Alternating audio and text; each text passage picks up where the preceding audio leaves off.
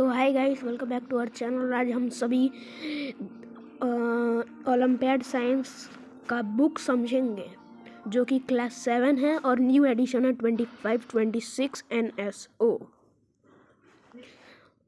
तो इसका पहले हम लोग कंटेंट देखेंगे, कौन कौन सा चैप्टर है, कितने चैप्टर है। तो चलो पहले कंटेंट इसका निकाल लेते हैं।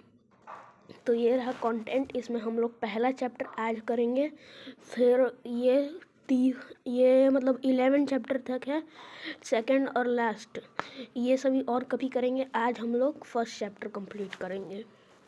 तो फर्स्ट चैप्टर है nutrition in plants and animals. उसके बाद second heat, third acid base and salt, physical, और फोर्थ है physical and chemical change, fifth है natural resource and their convection, sixth है रेस्पिरेशन इन ऑर्गेनिज्म, सेवेंथ है transportation in plants and animals, eighth है reproduction in plants, ninth है motion in time, और tenth है electric current and its effect, और 11th last है light. तो चलो पहला चैप्टर हम लोग निकाल लेते हैं।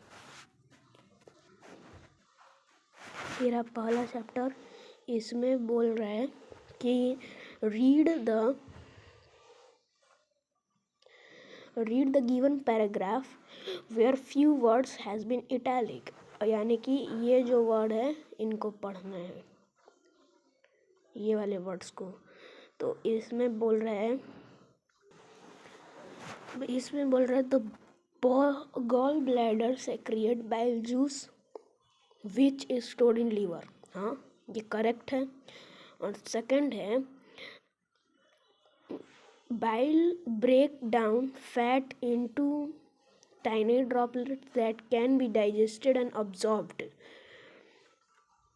हाँ, तब एमिनो एसिड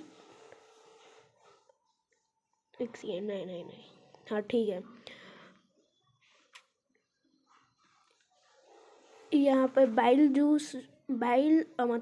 जो ब्रेक होता है, बाइल ब्रेक हो जाता है फैट में और टाइनी ड्रॉपलेट्स के, और डाइजेस्ट हो जाता है फैट, डाइजेस्ट और अब्जॉर्ब बहुत जल्दी हो जाता है, आसानी से हो जाता है।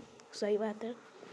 और फिर the digestive juice then act on this tiny droplets on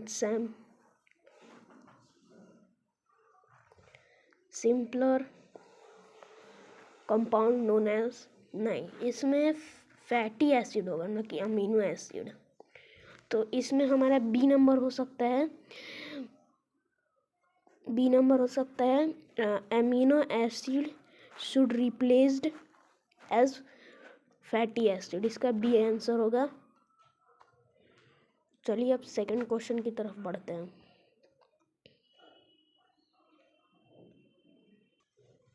तो सेकंड नंबर क्वेश्चन ये बोल रहा है कि प्रियंका ने एक एक्सपेरिमेंट में एक डी स्टार्च प्लांट लिया है और फिर उसको 1 या 2 घंटे के लिए, मतलब स्टार्च ली होगी, और उसको फिर 1 या 2 घंटे के लिए सनलाइट में छोड़िए डिस्चार्ज करने के लिए।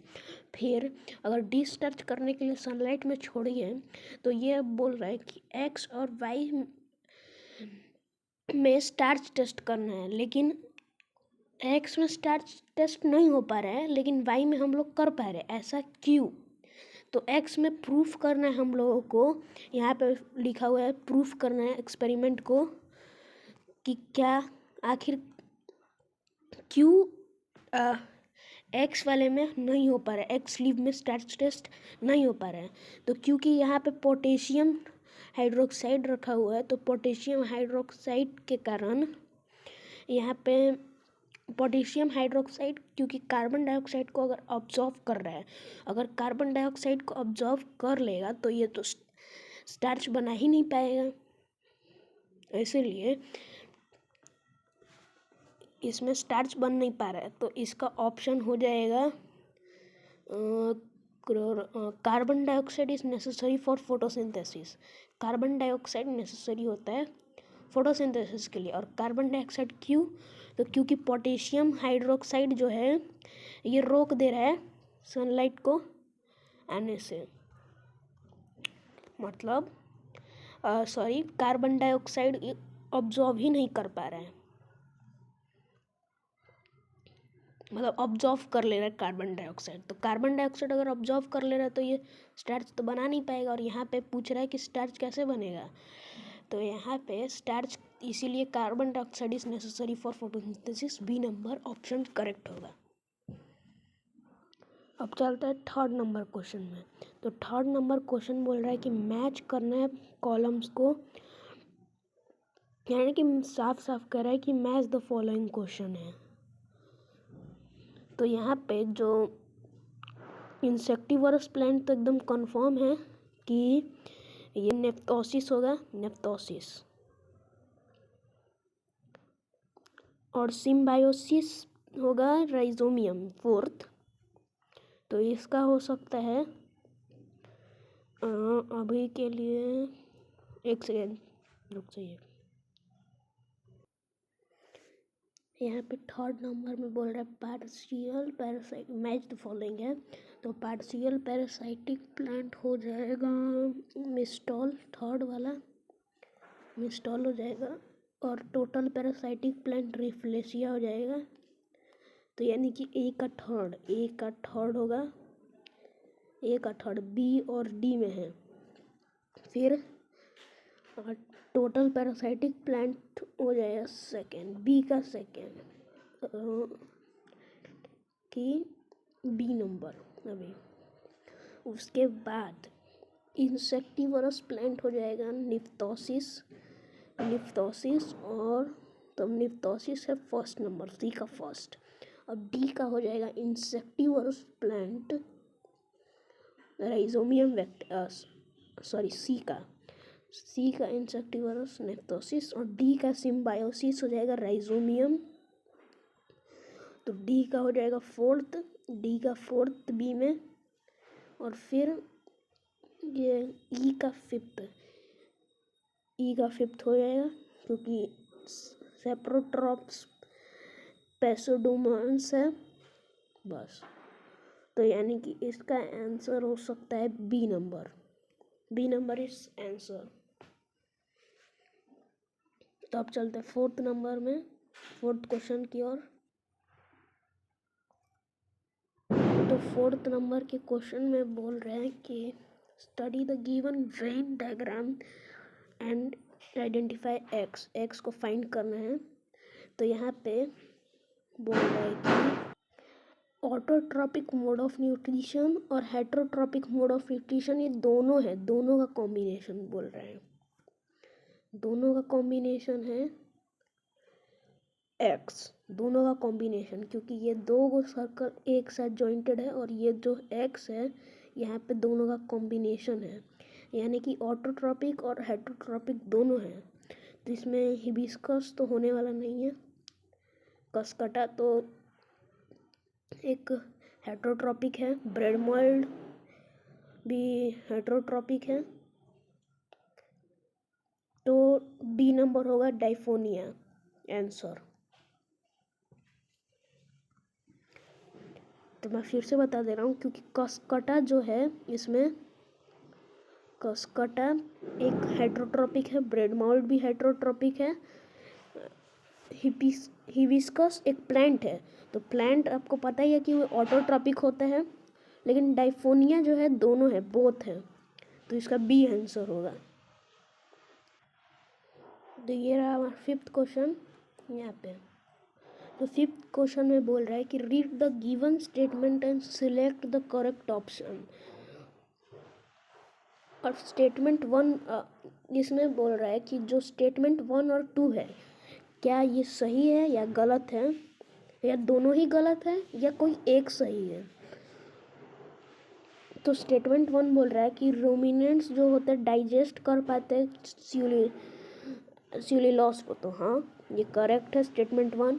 स्टेटमेंट 2 है कि जो रूमिनेंट्स है बैक्टीरिया कंटेन करता है, हाँ, जो कि एबल होता है डाइजेस्ट करने में सेल्यूलोज को, हाँ ये भी सही है, दोनों सही है। तो इसका आंसर हो सकता है ए नंबर, क्योंकि both statement 1 and 2 are true and statement 2 are the correct explanation. क्योंकि जो स्टेटमेंट 2 है करेक्ट एक्सप्लेनेशन है, तो ए होगा आंसर 5 का। ये 6th नंबर क्वेश्चन जो कि बोल रहा है कि रिफर करना है डायग्राम को, यानी कि देखना है पी क्यू आर और एस करेक्ट ऑप्शन में। तो ऑप्शन नंबर 1 क्या बोल रहा है कि जो ऑल पार्ट है लेबल हो रहा है पी क्यू आर और एस टी में रिस्पेक्टिवली। तो यानी कि रिस्पेक्टिवली मतलब पी का हो सकता है रूमिनेंट, नहीं पी का रूमिनेंट, हाँ पी का तो रूमिनेंट है, सॉरी रेक्टिकुलम, और रूमेन रूमेन है क्यू, तो रूमेन क्यू नहीं है, वह तो अबोमेसम है, ये अबोमेसम है क्योंकि जो कि ट्रू स्टोमक होता है, तब तो ये नहीं है। हाँ अब की बार ये करेक्ट ऑप्शन दिया हुआ है कि जो part level S Q is a true stomach, ये ट्रू स्टोमक है। हाँ तो बी से हो सकता है आपका आंसर, क्योंकि जो ये पिक्चर दिया हुआ है अभी मैंने बताया था कि ये ओबोमेसम है जो कि एक ट्रू स्टोमक होता है, ये वाला ओबोमेसम जो कि एक ट्रू स्टोमक होता है, तो इसका आंसर बी हो सकता है। तो क्वेश्चन नंबर 7 पे चलता है। तो 7 में भी वही बोल रहा है जो कि क्वेश्चन नंबर 5 में था, जो कि क्वेश्चन नंबर 5 में था, ये वाले क्वेश्चन में सेम ही टाइप बोल रहा है लेकिन थोड़ा सा चेंजिंग है। तो क्वेश्चन नंबर 7 में बोल रहा है स्टेटमेंट 1 की,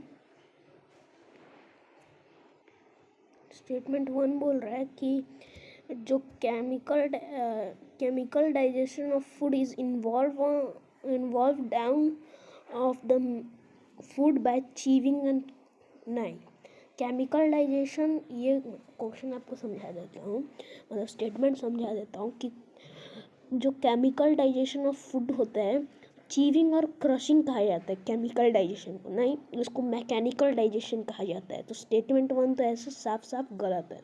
स्टेटमेंट 2 पे चलते हैं। Mechanical digestion of food involves convection of complex substance carbohydrate, ये भी गलत है क्योंकि इसमें बोल रहा है कि जो कार्बोहाइड्रेट है वो सिंपलर फॉर्म में टूट जाता है, जैसे कि ग्लूकोज में। तो मैकेनिकल डाइजेशन है, ये केमिकल डाइजेशन है, ये दोनों उल्टे हो गए हैं, यानी कि इधर ये आना चाहिए और इधर ये आना चाहिए, तब ये दोनों के दोनों गलत है। तो ए नंबर तो ऑप्शन होगा नहीं, बोथ स्टेटमेंट आर ट्रू। और बी नंबर देखते हैं क्या ऑप्शन दिया हुआ है ऑप्शन। तो बी नंबर में दिया हुआ है both statement 1 and 2 are true but statement 2 is नहीं, स्टेटमेंट 1 इज ट्रू नहीं, डी नंबर ऑप्शन होगा क्योंकि ये बोल रहा है कि both statement 1 and 2 are false, तो D number is our answer. अब चलते हैं 8 नंबर की तरफ।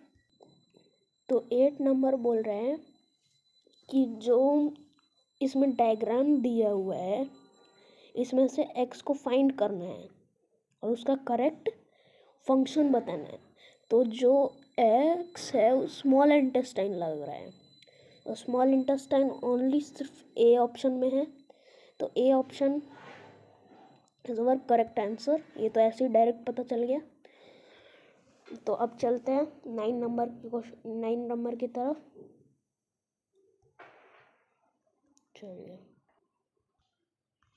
तो अब 9 नंबर जो है क्वेश्चन बोल रहा है कि रिफर करना है, यानी कि बताना है कि PQRS कौन सा प्लांट है। क्वेश्चन पढ़ के तो चलो, it is a green photosynthesis plant, it grows on other plant host, जो कि प्यू है, प्यू बोल दिया, क्या बोल रहा हूँ, पी है। It is a green photosynthesis plant, it grows on other host. तो ऑप्शन ए बोल रहा है नहीं, ये तो इंसेक्टिवरस प्लांट है। ऑप्शन ए में बोल रहा है पी नंबर, सॉरी पी बोल रहा है कि पी का हो सकता है नेफ्थोसिस डाइफोनिया सनड्यू, और ये सभी के सभी जो है नहीं हो सकते हैं क्योंकि ये सभी इंसेक्टिवरस प्लांट है। तो इंसेक्टिवरस प्लांट थोड़ी ये होस्ट पे डिपेंड होता है, दूसरे होस्ट का मतलब होता है दूसरे अदर प्लांट पे डिपेंड होना। तो ये लोग तो इंसेक्टिवरस प्लांट होते नहीं है डिपेंड। अब क्वेश्चन, अब क्यू नंबर बोल रहा है it grows on in water deficient soil, ये क्यू है। तो वाटर डिफिशिएंट सॉइल में ग्रो होता है जो, और उनका बड़ा बड़ा लीव्स होता है। जो वाटर में उगते हैं क्या उनका बड़ा बड़ा लीव्स होता है? तो नहीं, क्योंकि उनका बड़ा बड़ा थोड़ी लीव्स होता है। कैसा भी हो सकता है, ऐसा थोड़ी है कि मतलब छोटा ही होगा बड़ा ही होगा, कंफर्म नहीं है। और इसने लिखा है कि बोर्ड लीव्स, सिर्फ बड़े बड़े लीव्स हैं, तो ये भी गलत है, बी ऑप्शन भी गलत है। अब सी में बोल रहा है आर का, तो आर का यहाँ पे देख लेते हैं कि it grows in nitrogen deficient soil, R है, जो कि जो नाइट्रोजन डिफिशिएंट सॉइल है। तो नाइट्रोजन डिफिशिएंट सॉइल, हाँ इंसेक्ट, आपने पढ़ा होगा इंसेक्टिवरस प्लांट जो होते हैं नाइट्रोजन वाले, जहाँ पे नाइट्रोजन की कमी होती है वहाँ पे उगते हैं। डिफिशिएंट मतलब होता है कमी।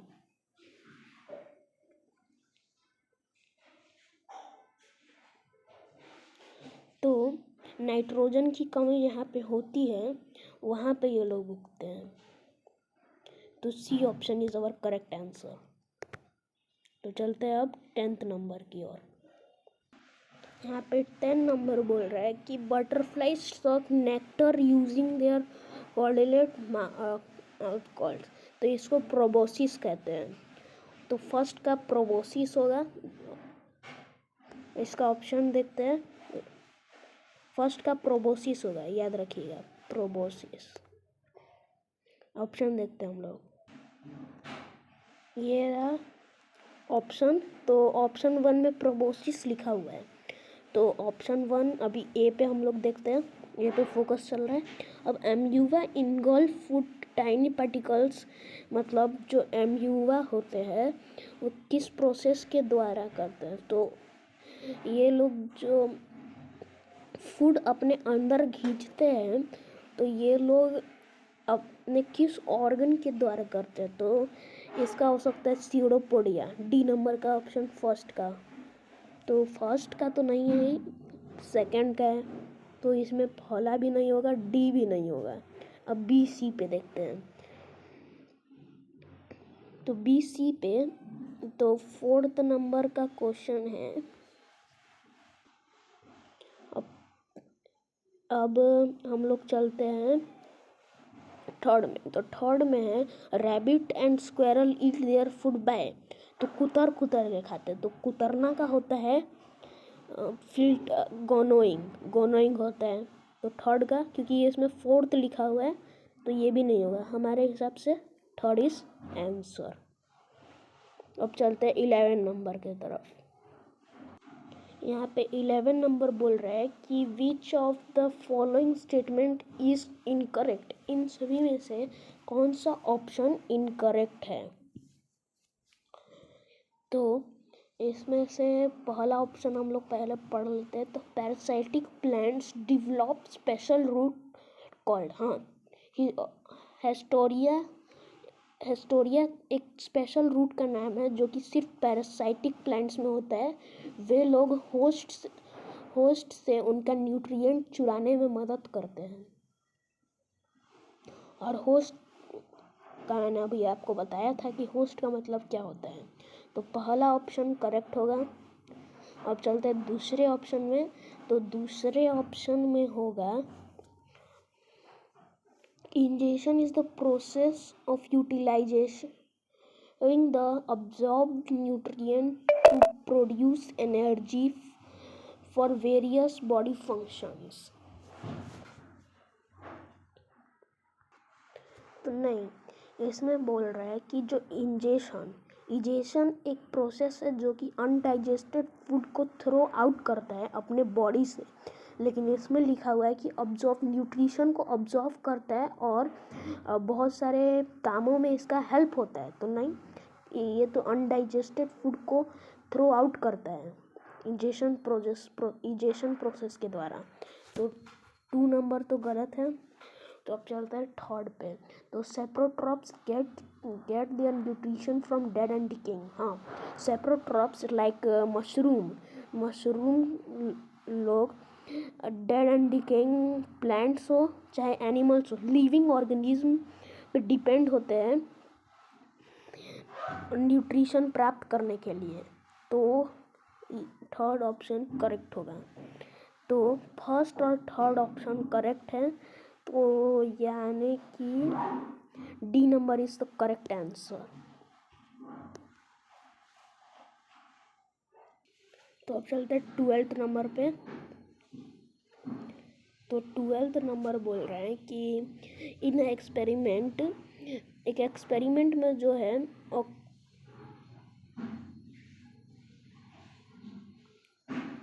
Demonstrating of evolution of oxygen in hydrilla में हाइड्रीला तो एकदम कंफर्म है कि जो वाटर प्लांट है ये हाइड्रीला है। तो हाइड्रीला में जो है अमाउंट ऑफ ये O2 तो बढ़ेगा ही, O2 बढ़ेगा। तो O2 तो बढ़ेगा क्योंकि जो प्लांट होते हैं वाटर प्लांट्स, इसमें हाइड्रीला दिया हुआ है, तो वाटर प्लांट्स तो रिलीज करेंगे ही O2। उसके बाद बोल रहे हैं कि sodium carbonate is added in the setup of experiment happen constitution favourable. तो ये बोल रहा है कि उसमें अगर हम लोग सोडियम बाइकार्बोनेट को डाल देंगे सोडियम बाइकार्बोनेट को, तो वह तो CO2 रिलीज करता है, CO2 भी रिलीज करेगा और O2 भी रिलीज करेगा क्योंकि O2 प्लांट से रिलीज हो रहे हैं। तो यानी कि इसका सी आंसर होगा, क्योंकि amount of oxygen involve increase as ability of carbon dioxide increases. अब हम लोग चलते हैं 13 नंबर क्वेश्चन पे। तो 13 नंबर क्वेश्चन बोल रहा है कि जो क्रॉप्स होते हैं, crops require nitrogen to synthesis their protein. Crops को नाइट्रोजन ज़रूरी है सिंथेसिस करने के लिए प्रोटीन को, ठीक। The bacteria rhizobium help some of the crops to get nitrogens. हाँ, क्योंकि जो राइजोमियम होता है उसमें राइजोमियम बैक्टीरिया पाया जाता है।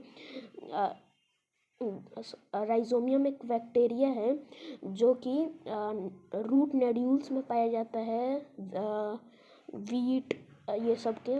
तो ये लोग ज़्यादातर नाइट्रोजन ऑब्जॉर्व करते हैं क्रॉप्स में ग्लूकोज बनाने के लिए। तो अब बोल रहा है कि which of the following statement is incorrect regarding to rhizobium bacteria के बारे में इसमें कौन सा इनकरेक्ट ऑप्शन है। तो इसमें बोल रहा है कि इनकरेक्ट पहला ऑप्शन बोल रहा है कि it convert atmospheric nitrogen a soluble from plant can absorb from soil। तो इसमें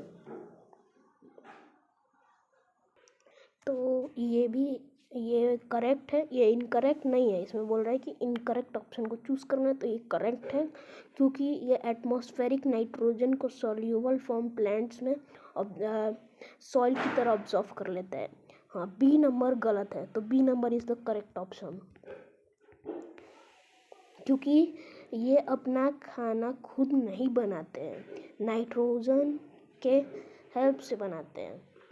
ये क्योंकि ये सिम्बायोसिस रिलेशनशिप है, तो इसमें वे जो लेगुमिनियस प्लांट होते हैं वे लोग इन लेगुमिनियस प्लांट इनको खाना देते हैं और ये लोग उनको खाना बनाने में हेल्प करते हैं। तो B number is the correct option. ये लोग अपना खुद से खाना नहीं बनाते हैं।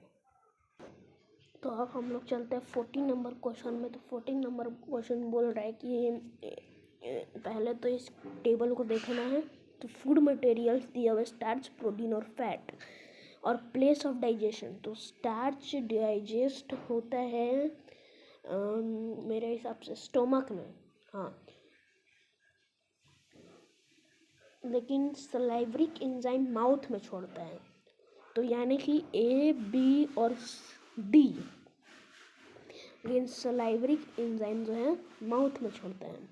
और स्टार्च, हाँ, स्टार्च भी होता है डाइजेस्ट माउथ में, क्योंकि माउथ स्टार्च को तोड़ देता है CO2 और H2O में। अब चलते हैं सेकंड में। तो प्रोटीन स्टोमक में होता है डाइजेस्ट, और तो स्टोमक में रिलीज होता है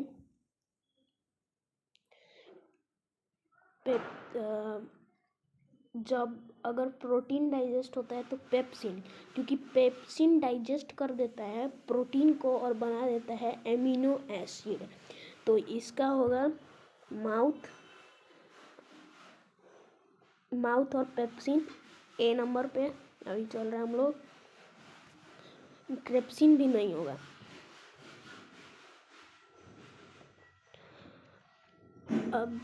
अब बोल रहा है कि जो फैट होता है स्मॉल इंटेस्टाइन में हाँ, तो जो फैट होता है डाइजेस्ट हो जाता है स्मॉल इंटेस्टाइन में लाइपेज के जरिए। तो इसका ऑप्शन होगा A is the correct answer. अब चलते हैं 15 नंबर क्वेश्चन में। तो 15 नंबर क्वेश्चन बोल रहा है कि जो स्टेप होता है डाइजेशन का इसमें लाइन वाइज करना है। तो फर्स्ट में क्या आएगा, सेकंड में क्या आएगा। ऑप्शन में भी दिया हुआ है कि स्ट्रेट लाइन में करना है। तो पहले कौन सा ऑप्शन होगा, तो पहले सेकंड होगा, फोर्थ होगा, फर्स्ट होगा या थर्ड होगा।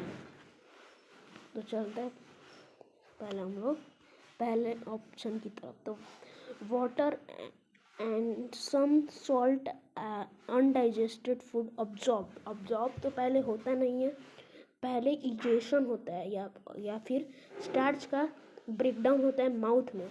अभी क्वेश्चन नंबर 14 में मैंने बताया था कि पहले माउथ में स्टार्च का ब्रेकडाउन होता है। तो स्टार्च का ब्रेकडाउन होगा यहाँ पे, पहले थर्ड होगा, ये पहला हो जाएगा। और फिर दूसरे नंबर पे होगा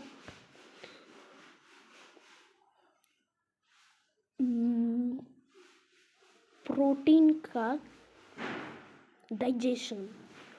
प्रोटीन का डाइजेशन होगा, उसके बाद स्मॉल इंटेस्टाइन।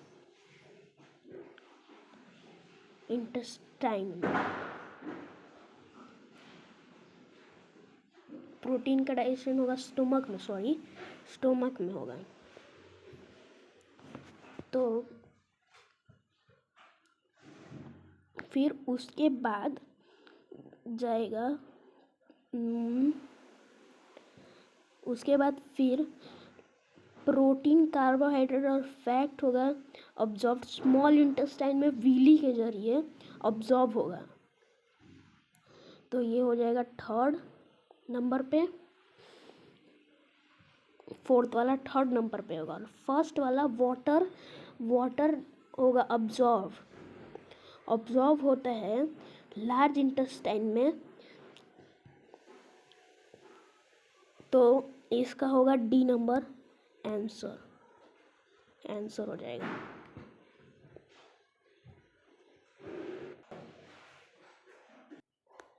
अब चलते हैं हम लोग 16 नंबर, जो कि अचीवर सेक्शन है, हॉर्स। तो यहाँ पे हम लोगों को पहले पढ़ना होगा ये डायरेक्शन। क्वेश्चन नंबर 16 और 17 में इसका यूज़ होगा। तो refer to the given diagram I am showing in the part human assimilatory canal answer the following. तो इस पिक्चर को हम लोगों को देखना है और आंसर करना है 16 और 17 क्वेश्चन में। तो अब चलते हैं 16 क्वेश्चन में। तो 16 क्वेश्चन में बोल रहा है कि which of the labelled structure remove the water from.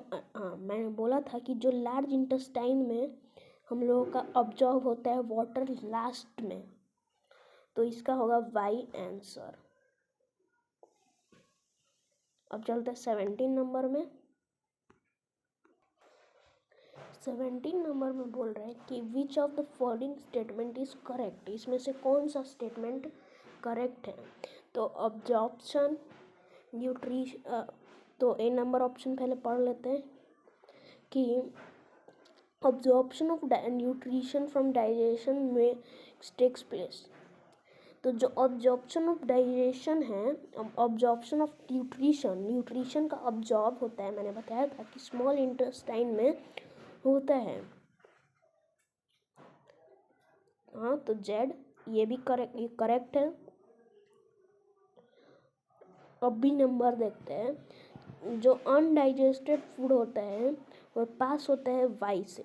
हाँ, जो अनडाइजेस्टेड फूड होता है स्मॉल इंटेस्टाइन से आते आते लार्ज इंटेस्टाइन से पास होके रेक्टम से एनस पे जाता है। तो बी नंबर भी ऑप्शन करेक्ट है। तो सी नंबर बोल रहा है कि x is opening on the end of the digestion. तो एक्स जो है ओपन होता है एंड में डाइजेशन के। हाँ, तो एनस जो है लास्ट में जो है अनडाइजेस्टेड फूड स्मॉल इंटेस्टाइन से लार्ज इंटेस्टाइन में गुजरते हुए आता है, तो लास्ट में ओपन होके हम लोगों के एनस से निकलता है। तो एक्स एनस है, तो लास्ट में एनस। तो ये तीनों ऑप्शन करेक्ट है। तो D option is our answer, क्योंकि all of this are correct. अब हम लोग चलते हैं 18 नंबर क्वेश्चन में। तो 18 नंबर क्वेश्चन बोल रहा है कि which of the graph shows the effect of the temperature of photosynthesis in aquatic plant. Aquatic plant में कैसे होता है फोटोसिंथेसिस। जैसे कि इसने ले लिया है इलॉइडिया में पहले, तो ये ग्राफ में देख के बताना है। तो ग्राफ सी होगा आंसर, क्योंकि जो होता है पहले इंक्रीज होगा ऑक्सीजन, क्योंकि सुबह में जब फोटोसिंथेसिस होता है तो ऑक्सीजन ज़्यादातर रिलीज होता है, और जब रात होते होते ये डाउन होते रहता है। पहले तो इसमें बढ़ रहा है, ऑक्सीजन का लेवल बढ़ रहा है, फिर डाउन होते जा रहा है।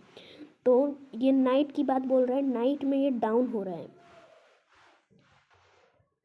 नाइट में ये डाउन हो रहा है।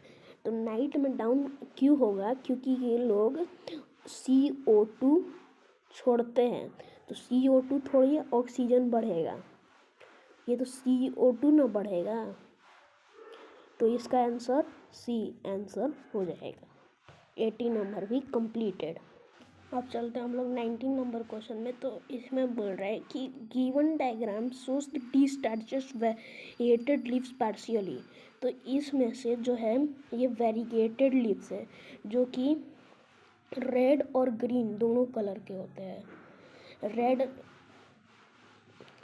ये जो वाइट है, वाइट एरिया, इसमें ये कोई और कलर के हैं, मतलब वेरिएटेड लीव्स में होता है।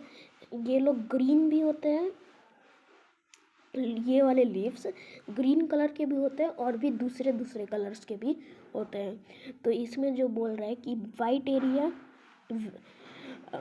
एरिया जो है उसमें तो स्टार्च होगा नहीं, क्योंकि उसमें क्लोरोफिल तो होगा नहीं, क्योंकि क्लोरोफिल होता है ग्रीन लीव्स में, क्योंकि क्लोरोफिल करता है ग्रीन लीव्स को। तो इसमें तो साफ है कि स्टार्च तो बनेगा नहीं। तो इसमें बोल रहा है कि किस किस एरिया में स्टार्च नहीं बनेगा। तो पहले तो जो जो ब्लैक पेपर से कवर है उसमें नहीं बनेगा, क्योंकि ब्लैक पेपर में ना ऑब्जॉर्व हो रहा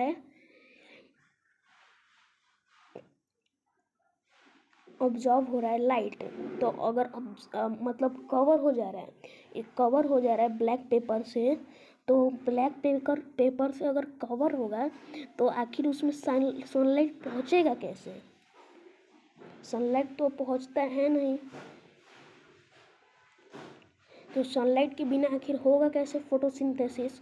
तो पहली बात कि थर्ड और फोर्थ पे तो होगा नहीं, क्योंकि ये यहाँ पे पेपर चिपका हुआ है। और एक फर्स्ट नंबर पे नहीं होगा, क्योंकि यहाँ पे ये वाइट एरिया में मैंने बताया था कि वाइट एरिया में कभी स्टार्च बन ही नहीं सकता है, क्योंकि ये ग्रीन कलर का नहीं होता है। क्योंकि ग्रीन कलर में फोटोसिंथेसिस होता है, लेकिन और कोई कलर्स के लीव्स में कभी फोटोसिंथेसिस नहीं होगा, चाहे वे रेड ही क्यों ना हो, येलो क्यों ना हो। रेड येलो सूखे हुए पत्ते जो होते हैं येलो कलर के होते हैं, उनमें भी नहीं होता है। तो इसका आंसर होगा ए नंबर, 1, 2 और 4th। 1 नंबर, 3rd नंबर और 4th नंबर। तो ए इज द आंसर। चलते हैं अब 20 नंबर के क्वेश्चन, जो कि लास्ट क्वेश्चन है। तो 20 नंबर क्वेश्चन बोल रहा है कि इसमें पीएच वैल्यू दिया हुआ है और रेट ऑफ रिएक्शन कितना है। तो पीएच वैल्यू बताना है एक्स, वाई और जेड। तो इसमें बोल रहा है which of the following are the possible location in the alimentary canal of human where the 3 enzymes can found. जहाँ पे ये 3 एंजाइम है एक्स, वाई और जेड, इन सभी का पीएच वैल्यू दिया है 2, 4, 6, 10 और ये 12। पहले तो हम लोग पता कर लेते हैं कि कौन सा किस एंजाइम में है। तो मैं आपको बता दूं कि जो जेड है मेरे हिसाब से लाइपेज है। लाइपेज क्योंकि इसका पीएच वैल्यूज 7 से लेके 9 के बीच में होता है। यानी कि अगर मैं बोलूँ तो बिटवीन 7 एंड 9 होता है। बिटवीन 7 एंड 9 लाइपेज का पीएच वैल्यू। तो Z होगा, क्योंकि इसमें 7 एंड 9 है। कैसे? तो 7 तो नहीं है, कोई बात नहीं, लेकिन जो Z है ये 9 पे आ रहा है, इसीलिए तो Z होगा लाइपेज, जो कि लाइपेज पाया जाता है स्मॉल इंटेस्टाइन में। तो Z होगा स्मॉल इंटेस्टाइन। ये बी और डी ऑप्शन।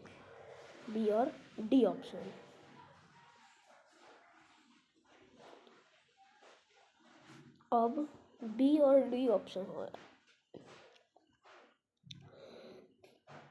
तो अगर हम देखें कि बी और डी ऑप्शन में हो रहा है स्मॉल इंटेस्टाइन जेड में, तो अब वाई में चलते हैं। तो वाई में होगा सलाइवा, क्योंकि सलाइवा का पीएच वैल्यू होता है बिटवीन 6.7 एंड 7.4, यानी कि 6.7 से लेके 7.4 के बीच में रहता है।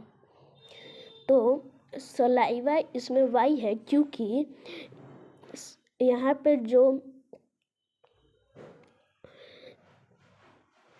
वाई का ये सेकंड पार्ट है नीचे जा रहा है, ये 7.4 पे एंड कर रहे हैं, 7.4 पे।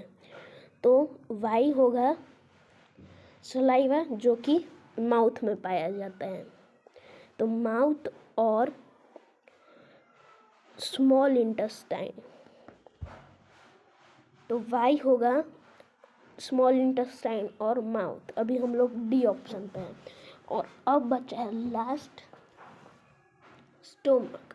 तो स्टोमक में पाया जाता है पेप्सिन, और पेप्सिन का होता है पीएच वैल्यू अराउंड 1.5 to 2.5, यानी कि 1.5 से 2.5 तक इसका पीएच वैल्यू होता है। तो 1.5 यहाँ पे पीएच वैल्यू है एक्स का, तो एक्स होता है पेप्सिन।